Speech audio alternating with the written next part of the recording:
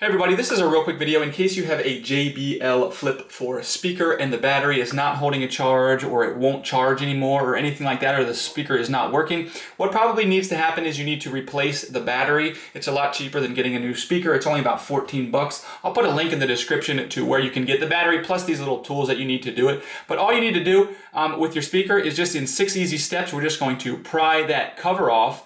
As shown there. Once we've got the cover pried off, we're just going to remove these 2 screws at the base of the speaker. And then once we get those 2 or 4 screws unscrewed, pulled out, use some paper to protect it.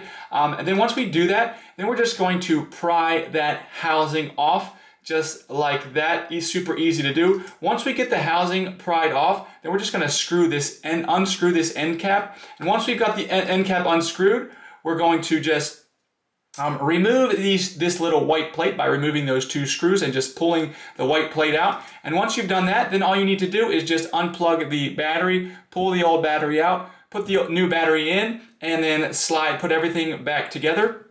And that's really as simple as that. You're done.